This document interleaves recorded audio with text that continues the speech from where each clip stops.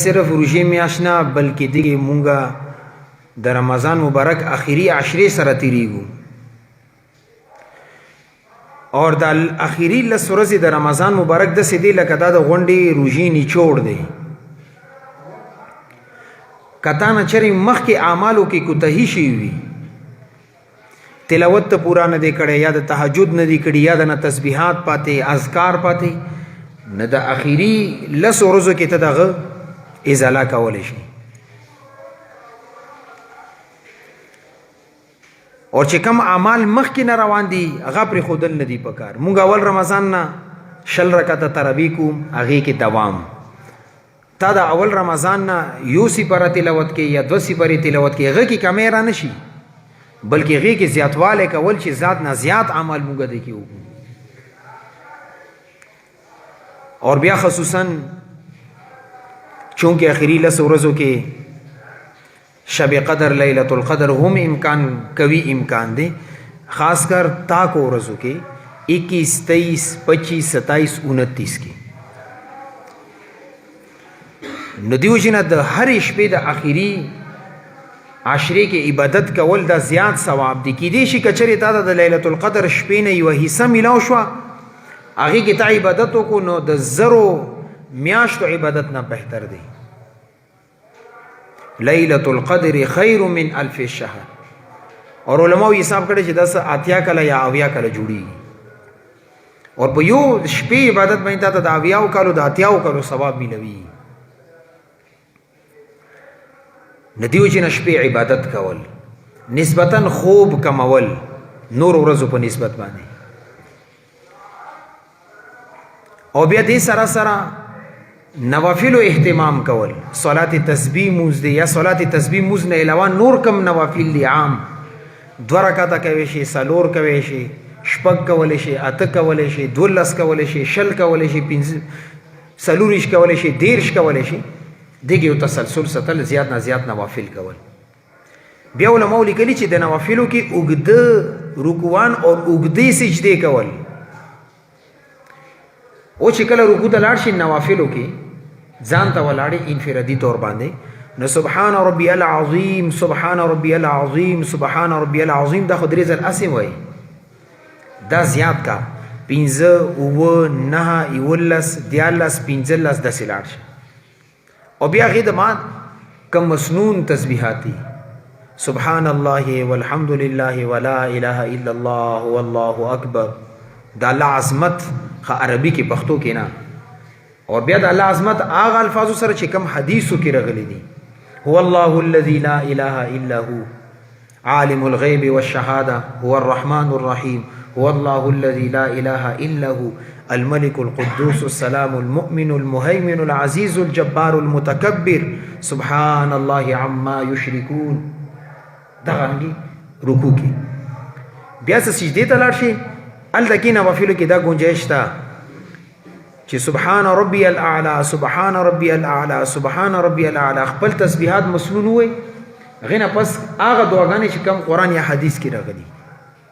ربنا آتنا في الدنيا حسنة وفي الآخرة حسنة وقنا عذاب النار ربنا ظلمنا أنفسنا ربنا تقبل منا اندغرنګي ربنا ولا تحملنا ما لا طاقة لنا به. دغه دعاګانې وي. اور دې سره سره درېمه کلمه هم ویل شي لکه څنګه تاسو صلات تسبیح موږ کې وایي سبحان الله والحمد لله ولا اله الا الله والله اکبر ولا حول ولا قوة الا بالله العلي العظيم. اور دغه رنګه څلورمه کلمه لا اله الا الله وحده لا شريك له وله الملك وله الحمد يحيي ويميت وهو على كل شيء قدير. دا چې کله ته د دعاګانې مونږ کې وایي نوافلو کې، دې سره به ستا د مونځ کې جندري راشي، دا مونځ به ژوندی شي. دې سره به ته بیا الله باندې د خپلې مسلې حل کولی شي. زباني جمع خرج به نه وي چې 2 رکعاته 4 رکعاته مونځ مو کو ما ته پته نشته چې ما 4 رکعاته وکړو. دا پته نه لګي چې کم کم سورتونه هم پکې ویلي دي، خپله راته پته نه وي، حالانکې ویلي مونږ وي. نو دې وجې نه بیا دې باندې اکتفا نه کول، د قرآن تلاوت اهتمام کول. اکثر ملګري تپوس کې روژې کې کم عمل ثواب ډېر دی، خو بنده خو قرآن خصوصي تعلق دی رمضان سره، قرآن تلاوت ډېر کوه که نه. ګوره یو دی ذکر اور یو دی قرآن تلاوت. د ذکر د قرآن تلاوت پسې نشي رسیدی، ولی قرآن د الله کلام دی، د الله الفاظ دي. او چې کم ته ځان سره ذکر تسبیحات کې ټیک دی غان روایتو کې راغلي دي، خو قرآن پسې خو نشي رسیدای کنه. زیات نه زیات د قرآن تلاوت کول اور داسې تلاوت کول چې هغه بالکل چې ته ودوې ته ځان سره د قرآن تلاوت کوي. زما دلته یو استاد قاری جلال الدین صاحب دامت برکاتهم علیه اوس حیدرآباد کې دی. یو ورځ روژه کې زه داسې 25 که 26 رمضان کور ته ورالم، نو پټو کې لګیا و تلاوت یې کولو کور نه باندې. ما ورته ویم قاري صاحب څو ختمونه دي وکړو؟ ما ته وایي 27 ختمونه مو وکړو. ملغا څنګه یې روزانه یو ختم قرآن؟ دې زمانې خبره ده، ډېره مخکې کیسه نه چې زه د 50 کاله مخکې خبره کوم. دې واقع به چې کېږي نه دا 5 6 8 10 سال به کېږي. وایي 3 ختمونه مو تراو کې وکړو، باقي 24 مې ځان ته انفرادي طور باندې وکړو، روزانه یو ختم قرآن. مونږ یې ولې نه شو کوی؟ مونږ قرآن ته وخت نه دی ورکړی. اور امام ابو حنیفه رحمت الله علیه په باره کې راځي چې رمضان مبارک کې به 61 ختمونه کول، یو شپېته، یو د سحر، یو د شپې، اور یو به د تراو کې کولو. هغه به ډېر ورو ورو آرام سره کولو. نه 61 ختمونه ډېر ناممکن نه دي، خو البته دې ته به وخت ورکوي.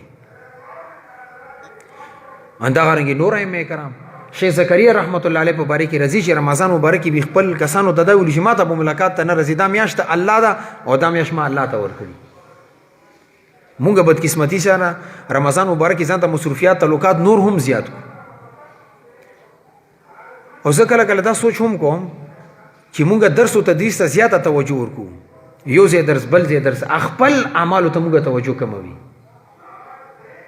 نه داسې یو کار کول چې هغې سره د ستا د خپل هغه اعمال متاثره شي. زما خیال دی دا د نقصان خبره ده. ستا اعمال برقرار وي بیا مخکې خدمت کوي، نه دا کمال دی. نه د قرآن تلاوت اهتمام کول، دین علاوه ذکر اذکار هم کول. څومره زیات نه ذکر اذکار کیدلی شي چې ستا د یو ساعت یو لمحه دا ځای نشي. اور کبه لیلۃ القدر شپه کې د قرآن تلاوت کو ذکر اذکار د وکړو، دعاګانې د وکړو، دعاګانې خاصې قبليږي. خو چې څومره ذکر اذکار د وکړو دالته کې هر یو عمل د اتیاو کالو په عمل باندې بدلیږي. اور الله رب العزت دا بعضی شیزونه داسې دي هغې پټ ستلی دي، لکه د دعا قبلېدو کوم وختونه دي دی پټ ستلی. ولې چې د انسان پرې د هر وخت کې معنا دعا غواړي. دغه رنګې د لیلۃ القدر شپې پټې ستلی. ولې چې د مسلمان کچري دا یو ورځ متعین وي چې دا په 27 باندې دی یا په 25 باندې دی یا په 23 باندې دی، مونږ به څنګه کولو؟ ټول خلک به د مسجدونو ډکو، یو جلسې جلوس صورت به ونه جوړېدو، تن تقریر کوه ځان تقریر کوه، خلک ناستي دا نعتونه وایه، پته نشته یو بیا ونه جلسه جلوس جوړېدو. نه الله رب العزت د لیلۃ القدر شپه پټې وساتله چې هر سړی انفرادي طور باندې الله ته متوجه وي، انفرادي طور باندې الله سره خپل هغه معامله بس الله سره خپل تعلق ساتي اور الله سره خپل راز و نیاز کوي. دې کې چې دې بل چاته توجه نه وي، د دې وجه نه د لیلۃ القدر شپې پسې تلاش تتبع کول پکار دي، کینستل پکار دي هر شپه. البته روایت کې دا هم راغلي چې چا د سحر مونځ جمع سره وکړو او د ماسخوتن مونځ جمع سره وکړو، دې د پورا شپې د عبادت ثواب ملويږي. دې وجه نه بعض علماو تر دې پورې قول کړی دی چې رمضان مبارک د آخري عشرې کې سحر مونځ او د ماسخوتن مونځ جمع سره کوه که لیلۃ القدر شپه نو بیا به درته ثواب ملويږي عبادت کې د شپه نه اعلی. خدای دا مسله ډیره اسانه کړې ده. خدا نه چې تاسو ذهن کې دا راشي چې زه دا دوه مونځونه جمع سره کوم نور عبادت به نه کوم. نه، نور عبادت دپاره ته جدوجهد کوه. څنګه پیسو دپاره موږ سیزن جوړ کړی دی، دا درزیان غریبانو ته تاسو ګوري شپه او ورځ یو کړي. بل اوس ما یو ملګري نه تپوس وکړم څنګه چل کوي، وایي موږ د شپې دوکان نه کیکو آرام یې غونډې شپه ورځې کې 3 غنټې یا 4 غنټې آرام دینه کم اخري شپه ورځو کې. نه زه سوچ کوم چې د عبادت میاشت د عبادت سیزن او دا غریبان بس هغه کار کې ډوب دي. بیا الحمدلله دې کې داسې کسان شته چې هغه باقاعده 60 رکعاته تراویح کوي، داسې پکې ډېر شته چې باقاعده ختم کړی دی، هغه د باندې بیا کار شروع کړی دی. او ډېر بدقسمت اور کې داسې دي نه یې تراویح شته نه یې مونځ شته، بس دې کپړو ته ناست. او دا درزیانو سره د جرم کې مونږ هم شریک یو. تاسو وایئ چې دا څنګه مونږ ځان ته د کپړې چې جوړو که نه دا مونږ د روژې میاشتې نه مخکې ځان سره بکس کې پرتې وي چې روژې میاشت راشي بیا درزي ته یوسو. اے د الله بنده روشي نه مخکې کدا د کپړې ته درځي ته وړي وي جوړې کړي وي خو الماری کې به پرتی وي کنه اختر پر روز به د شولي وي کنه انده سیدا کنه ده دیو جن مفتی تقی عثماني سے دامت برکات مالیه زمون کم نور اکبر دي اغه کتابونو کې مې یوځای کې کتلو چې دې کې د خلکو ته هم دا پکار ده چې رمضان نه مخکې د کپړې جوړي کومه رمضان نه مخکې دي درځانو ته کپړې ورکولې دیو د کپړې جوړول او رمضان کې مکمل فارغ هیڅ منو دی به عبادت کولو کنه به کولو د دې عبادت پر یو ریکارډ مونږ هم یو او بیا دویم چې کم عام دکانداران خلک دي کم کاسمیټک سامان خرڅي یا کپړې یا چپړې وغیرہ اغه زهره خبره ده غوي زمونږ سیزن دی نه ټیک دی سیزن دی خو خپل دې ته فرایض نه دی متاثر کول پکار او هغه کې زمونږ کوتاهی ده چې څنګه ځان ته کپړې مخکې جوړول پکار دي دغه رنګ ځان ته پیزار او د ټوپه او چې کم زنانه او ځان لپاره کاسمیټک سامان اخلي غام پکار دي چې روزي نه مخکې اخسته کنه روزي کې د دکانداران غریبان هم فریب ندیو چې زما مسلمانان نو دسي یونیم مشکل بل مسلمان ته نه جوړ چې غاده ما وجه نه د عبادت نه محرومه پاتې شي یو خدای چې شدید عذر دی مثال په تور باندې یو سړی دی एकदम د تراوټن کې یا مسوتن جمع ټایم کې مریض شو ایمرجنسي شو هسپتال ته یوړو ایمرجنسي ته دا خو عذر دی کور والا څه کسان سره لاړو الته ډاکټر بون سره مصروف وي غیر خبره ده جمع نه بم پاتې تراونه بم پاتې وي خو بیا هم پکار دادا چې کله دی دغه کې یو تاسو سره د یو ملګری شې چې حافظ دی عالم دی نو پکار د جمع سره د موضوع کې ولی جمع سره موضوع کول 25 درجه المضاعف دی بعض روایتونو کې 27 درجه راغلي دي نو بیا هم د جمع متاثر نه شي خیر دې که ختم نه پاتې شي لنډي تراویزان ته شل راکاته وکړه خو جمع سره وکړه جمع فضیلت پسې د نشي رسید او بل دا چې موږ د اخیری عشره کې اعتکاف هم کوم اعتکاف کې الحمدلله ملګری ناسي دا یو ډیر لوی خوش قسمتی ده چې سړی اعتکاف وکي او تاسو ګوره رسول الله صلی الله علیه وسلم پورا عمر کې چرته هم اعتکاف نه دی پرېخه یو روایت کې راغلی چې یو کال ورنه اعتکاف پاتې شو نو به د سکارو کو چې غي اعتکاف کزي وکړه بلې میاشت کې هغه اعتکاف کزي راګرځولي او بیا اعتکاف درې صورتونه دي اخیری له سورته رمضان مبارک د سنت موقته کې فائدې یو دوا درې کسان کې نه ټول محله طرف نه کفي دي بل دې شلو ورځو روایت کې راغلي دي میاشتې پورا اعتکاف هم روایت کې راغلي لکه زموږ اکابر علماء دیوبند کې هم ډیر کې وی رسول الله صلی الله علیه وسلم غار هره کې پورا یو میاشت اعتکاف کولو ندیو جنا اعتکاف ډیر لوی عمل دی کم ملګری ناسي دی یو قرباني کړي مسجد کې ناسي دی ملګرو ته هم پکار دادی چې د پورا امت مسلمه د پر دعاګانې خلکو د پر دعاګانې علاقې محلي د پر دعاګانې او خصوصا دی وخت چې موږ یو مشکل سره مخامخ یو هغه مشکل څه دی پورا دنیا په ځای باندې ولاړه ده لاک ډاون دی غریب سړی ډیر پریشانه په نسبت مالداري هغه وجه دا چې هغه کم د معیشت پیا دغه په ځای باندې ولاړه ده هغه کپړو تکلیف دغه خوراک تکلیف دغه افطاری تکلیف دغه پښمنی تکلیف نشه اعتکاف کې کم ملګری ناستی دي دا کارو کې چې پورا امت په سره د توبه وسی الله طرف ته متوجي شي دا امت چې کم هغه کوتاهی ده هغه د الله پاک نه مفي وغړي اور دې سره سره دې خبره هم خیال ساتل پکار دي اختر موکدا تا تعالی رب العزت مال در کړي دی صاحب ثروت ته چې کله خپل بچی ته جوړاخلی نه مالک یو غریب ته واخله خپل بچی ته پیزار خلی نه یو محله کې غریب بچی ته پیزار واخله دا کار وکا دا غټه خبره ده او که بیا دا نشي کوي چې دومره وسته دی چې خپل بچی ته خسته شي بل ته نشي خسته نه بیا دې اختر کې د خپل بچی د ذهن جوړ کړي چې بچی ماته ته هر کال اختر ته کپڑے خسي پیزار خسي ټوپې خسي خو دې ځل حالات د سړي چې غریب سړی نه وي کپڑے نشي اچوي د سینوي ساده نوي کپړو وجنه د غریب سړي بچو ته تکلیف میلاو شي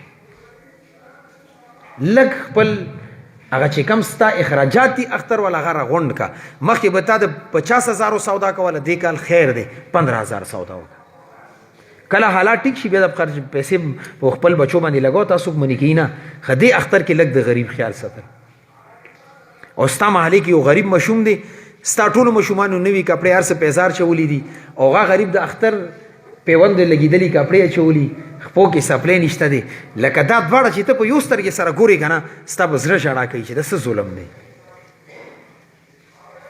نتا د شریعت دوا اپشن درکړي دي یا غریب بالکل صف کې روچت کا ځان سره ودروا چې غا د احساس کمترې شکار نشي اور یا دا کارو چې خپل ځان لګرو ورځبا هغه ته ځان سره نشي روچت نه خپل ځان لخته کا چې خیر دې داسې نشي روچت زب ځان ورته خته کا